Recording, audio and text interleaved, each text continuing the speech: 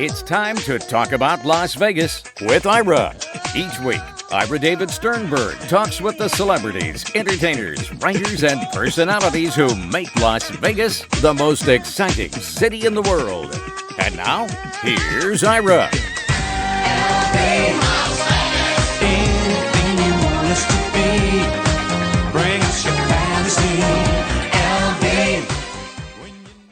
My guest is Brooklyn Bluesman Emanuel Casablanca, whose debut album is called Blood on My Hands. It's released on the Kings County Blues label, and Emanuel will have an album release show at the Sand Dollar Lounge on Spring Mountain in Las Vegas this Thursday, August 25th, and another one at the Sand Dollar downtown Las Vegas this Friday, August 26th. For everything about Emanuel, go to EmanuelCasablanca.com, and you can follow him on Instagram at It's Getting Strange.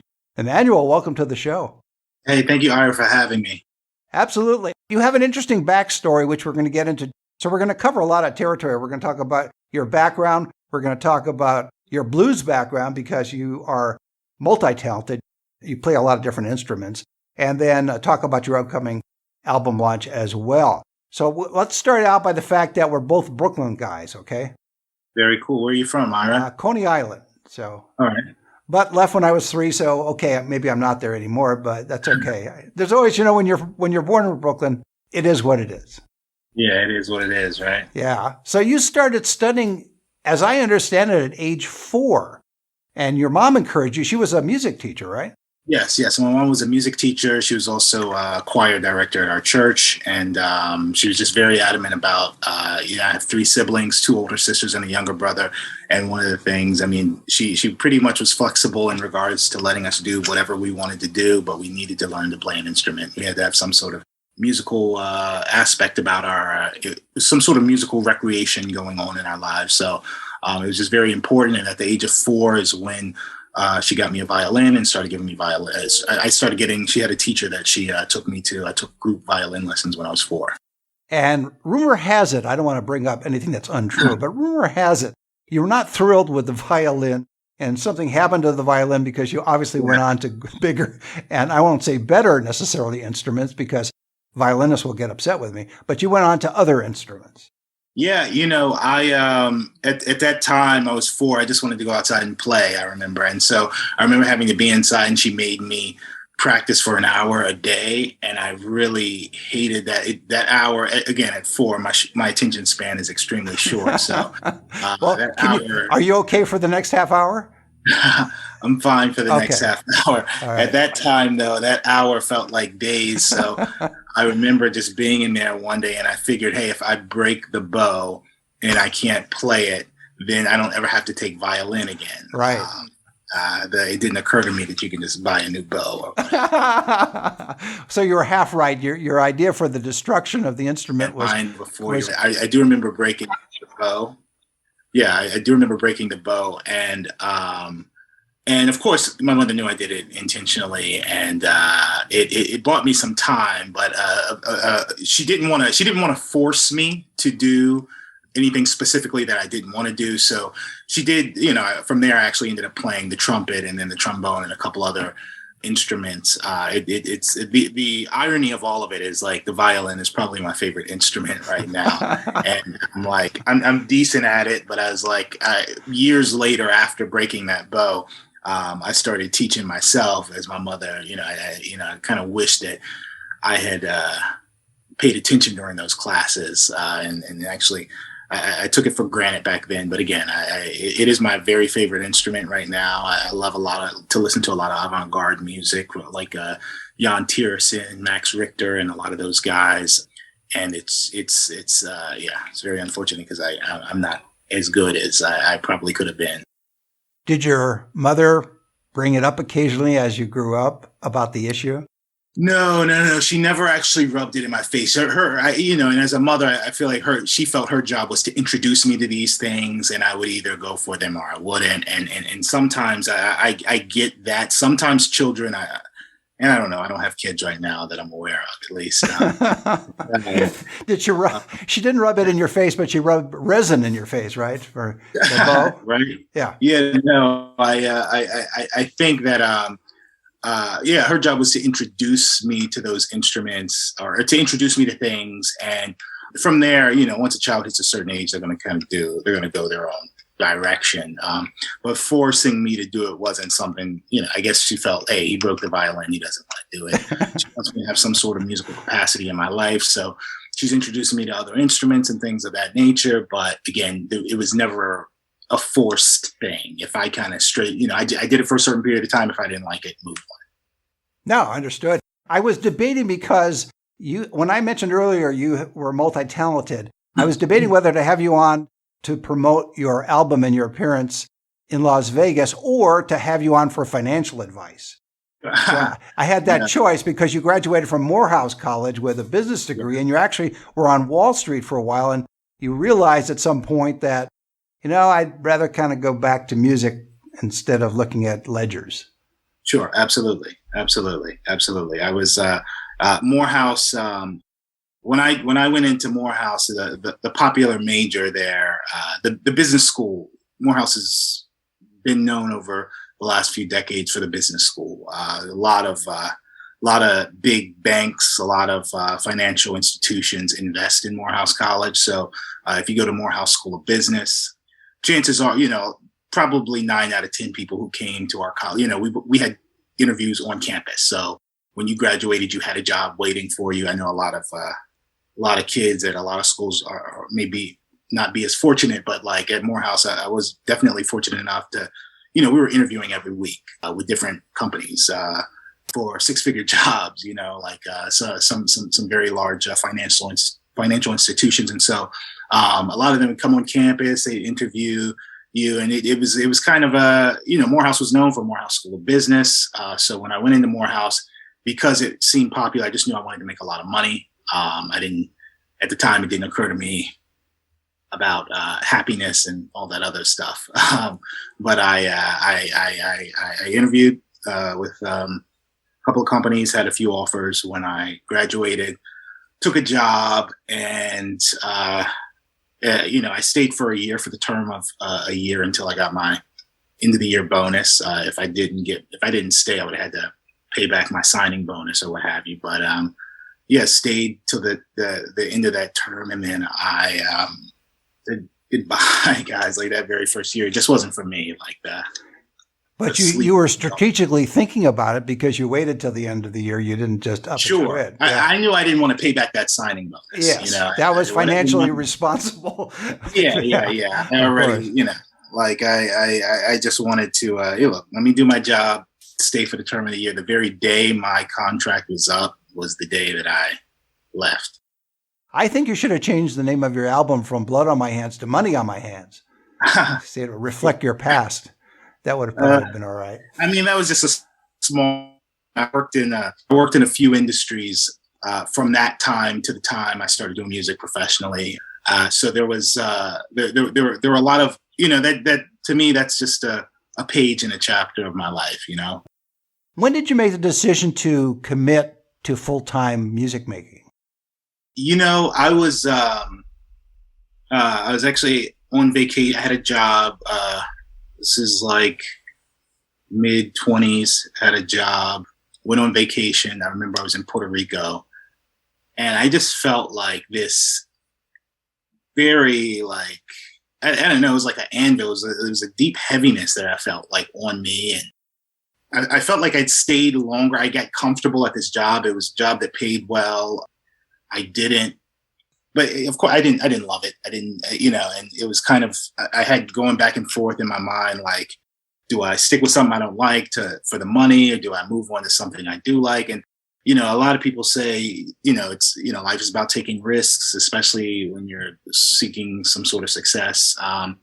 And I believe that to a certain extent, but I'm more of a calculated risk taker, and I believe more so it's kind of like an investment portfolio. You don't want to be stupid enough just to take a bunch of risks. You need to limit your risks, and that's a true way to essentially solidify some sort of success. And so with that, I was just trying to, based financially, how much money I was making and what other things I could do based off the skill set that I had, how I could bring in money and do music.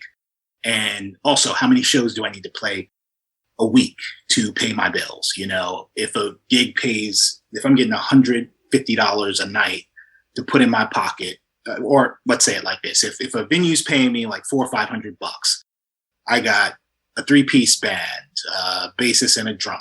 Let me pay them out $100 each, which means I'm putting $200 in my pocket. How many venues in the tri-state area that I can get to on my Metro card for $2.50 or $2.75 will pay me this?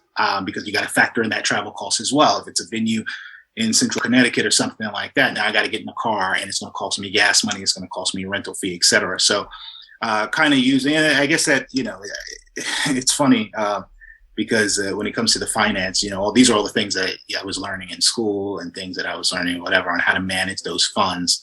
Absolutely. You're very atypical of most musicians and singers in that you have analyzed pretty much, as you said, what's this going to cost me? What do I have to put out? What am I going to earn? And realistically in this area that I live in until I break out even further. And that it's just fascinating. You're analyzing it as you're telling us the story. I see both sides of you, the business guy and the musician. Yeah.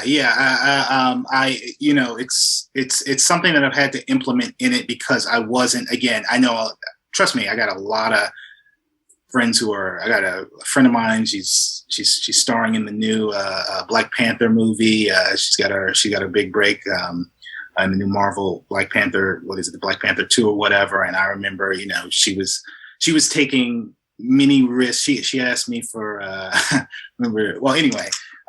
she was taking many risks. You thought about that. Yeah, I wasn't courageous enough to take. I got a couple friends with TV shows out now, and a couple musician friends who are well on their way and have done exceedingly well in their careers. And I look at them, very, very enviously at times that they were able to just take the leap that they took. In the back of my mind, like, I need to have food to eat. I need to pay my rent. I'm not sleeping in the back of a van. I get it. That just wasn't, I couldn't downgrade to that kind of lifestyle after having the previous lifestyle that I had. And I understand that that's a huge risk for some people to take, and some people do take it. For me, it was, again, how many gigs can I play per week making XYZ amount without traveling, and then gigs that I can travel for. And then when I do travel, where am I going to stay? Is the gig getting a venue? If not, are they going to get me lodging? If not, then where would I stay? How would I eat? Where would I sleep? How much does all this stuff cost? Throw all that in a spreadsheet and kind of factor it out and build upon that. So yeah, it's a lot of thinking and analyzation. But once you get the skeleton for it, it's kind of like any other. It's kind of like anything else that you would do financially. When you have the skeleton for it, then you just drop it in your spreadsheet, and then it makes sense. You don't have to do any of the heavy lifting any longer. It's not a matter of courage, I think, as you are cautious. And in a way, that's a very mature thing to be, because you're looking at the realities of life on the road, bills, living a lifestyle that you're used to, and still being creative. So you're, as you say, you're factoring all this in. You're putting it on the Emanuel spreadsheet, which you have shared with me, and I'm looking at the figures, and I'm very impressed. And so, no, I'm only kidding. I never saw your spreadsheet. But if you want to send it to me, I'll take a look. So you go out and you start performing, and you're involved in a lot of genres of music, but there was a guy you met who pointed you in one direction, and the guy's name was Wood. Tell us a bit about him. Oh, Ronnie Wood, yeah, Rolling Stones. I was actually working that job that I previously mentioned, and I went to the Ronnie Wood Gallery opened, I believe it was on Mercer Street in Soho, and I was working in Tribeca over on Church Street. So it was about a 10-block walkover, and on my lunch break, I had literally my supervisor at the time, he was a huge Rolling Stones fan, so he would bring the newspaper, the New York Post over. Hey, you need to, go check this out on your lunch or whatever. Walk over to the gallery. So I was, and I'm also a big art fan. I did do a lot of painting and stuff myself, and so I wanted to see this Ronnie Wood gallery. So it was some good stuff. And the lady who was working there, she was telling me that a few new pieces that I think they had just opened, if not that day, maybe just a handful of days before. But yeah, the lady who was working the front, she was telling me a couple new pieces would be coming in throughout the week or what have you. And this was a Monday morning. And so I went pretty much every day. I just wanted to see the new works that would come in. And then one day he was there. I was told that the Rolling Stones were in town to film SNL. So yeah, there was a flyer, a Bernard Fowler flyer that was sitting on the desk in the front. He's like, you should come check this out. And so I did. That was on a Wednesday. So I went on the Thursday. Yeah, I went on Thursday. I got there really super early. I was over eager and excited to go check this out. And I kind of went in. They were sound checking still. I was there so early. And I met a great deal of people, some who I've worked with to this day. Is Eric Gales. He was playing guitar. He's on the record. I worked and recorded something years ago. It was never released with Doug Wimbish from Living Colour, bassist from Living Colour. There was one guy specifically who I met.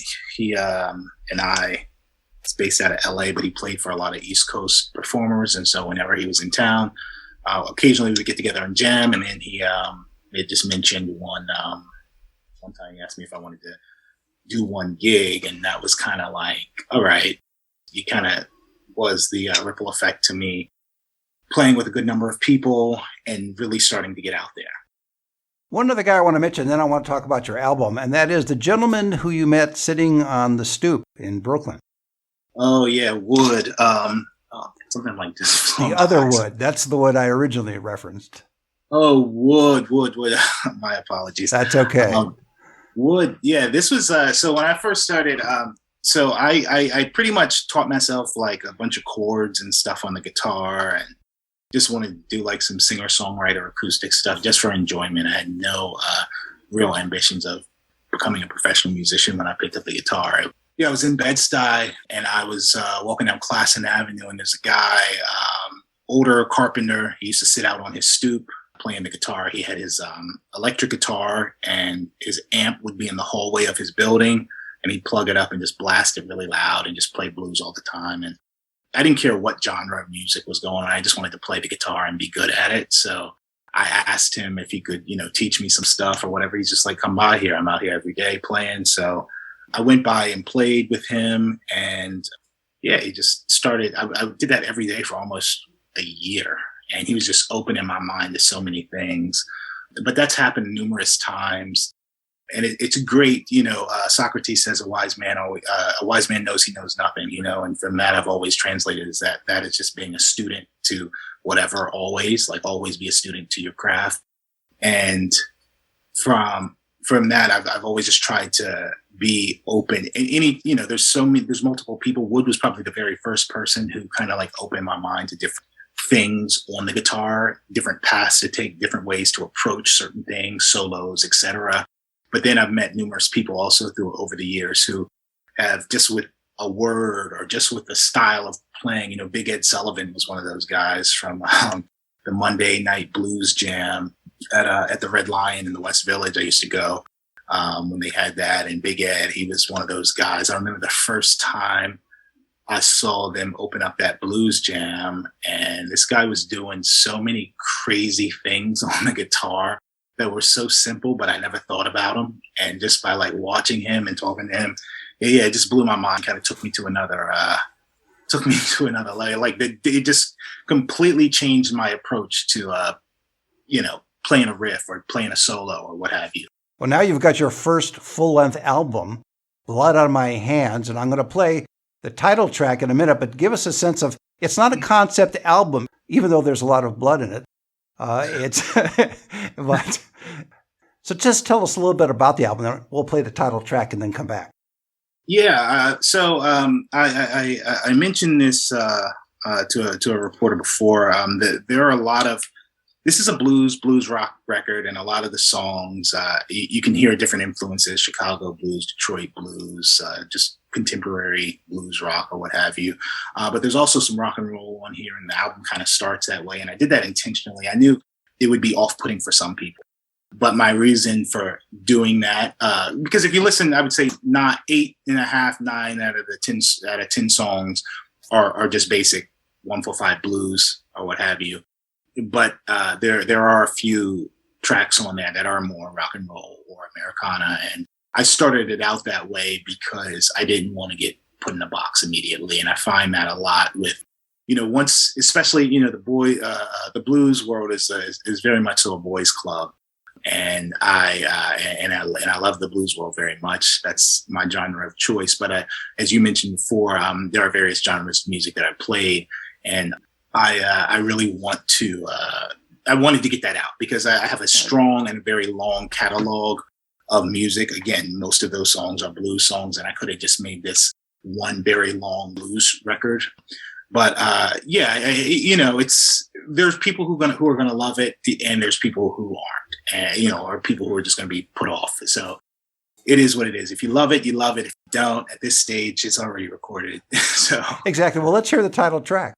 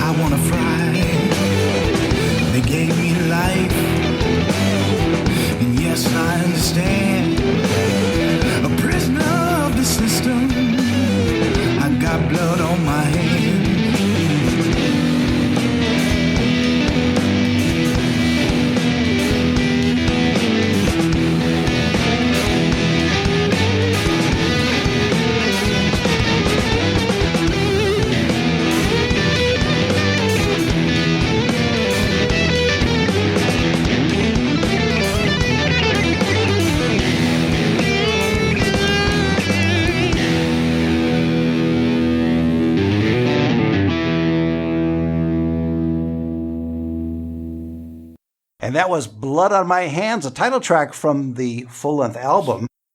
When you finish the album and you know you're going to debut it, take it out on the road, were you having a sense of accomplishment about it, that it's something you wanted to do and you did it the way you wanted to do it?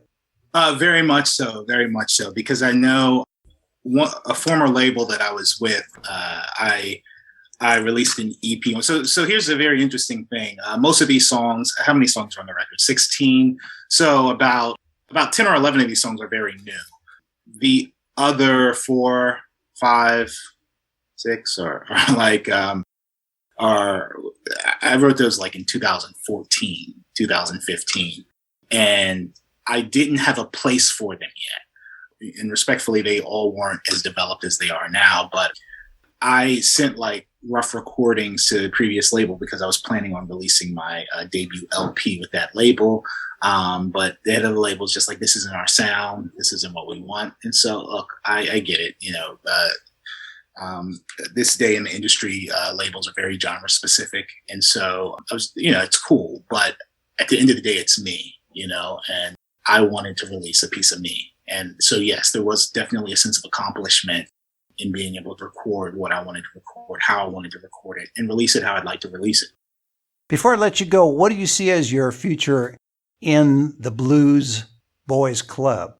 Yeah, no, I see myself fitting in. I want to contribute to whatever world that I'm in or whatever that I'm involved in. And, there's things that I'm working on. I do a bit of acting and things like that. And I can't really speak on it right now, but it's just been cast in a film. And I'm going to, and also a short, a short that I co-wrote. And so I want to bring blues and the blues music to, I want to work with the blues world and bring it to the contemporary forefront where it used to be. I want it to be the popular genre that it once was, and not a genre that we're just trying to keep alive. You know what I mean? I want it to be, alive and well, which it is. I want it to be out there on the forefront, and I don't want it to be thought as some secondary niche genre of music. Well, that's a great way to leave it. My guest has been Brooklyn Bluesman Emanuel Casablanca, whose debut album is called Blood on My Hands, released on the Kings County Blues label. Emanuel will have an album release show at the Sand Dollar Lounge on Spring Mountain here in Las Vegas this Thursday, August 25th, and another one at the Sand Dollar downtown Las Vegas this Friday, August 26th. For everything about Emanuel, go to EmanuelCasablanca.com, and you can follow him on Instagram at It's Getting Strange. Emanuel, thanks for being on the show. Thank you for having me, Ira. See you next time. You've been listening to Talk About Las Vegas with Ira. Each week, Ira David Sternberg talks with the celebrities, entertainers, writers, and personalities who make Las Vegas the most exciting city in the world. Anything you want us to be, bring us your fantasy. LV, when you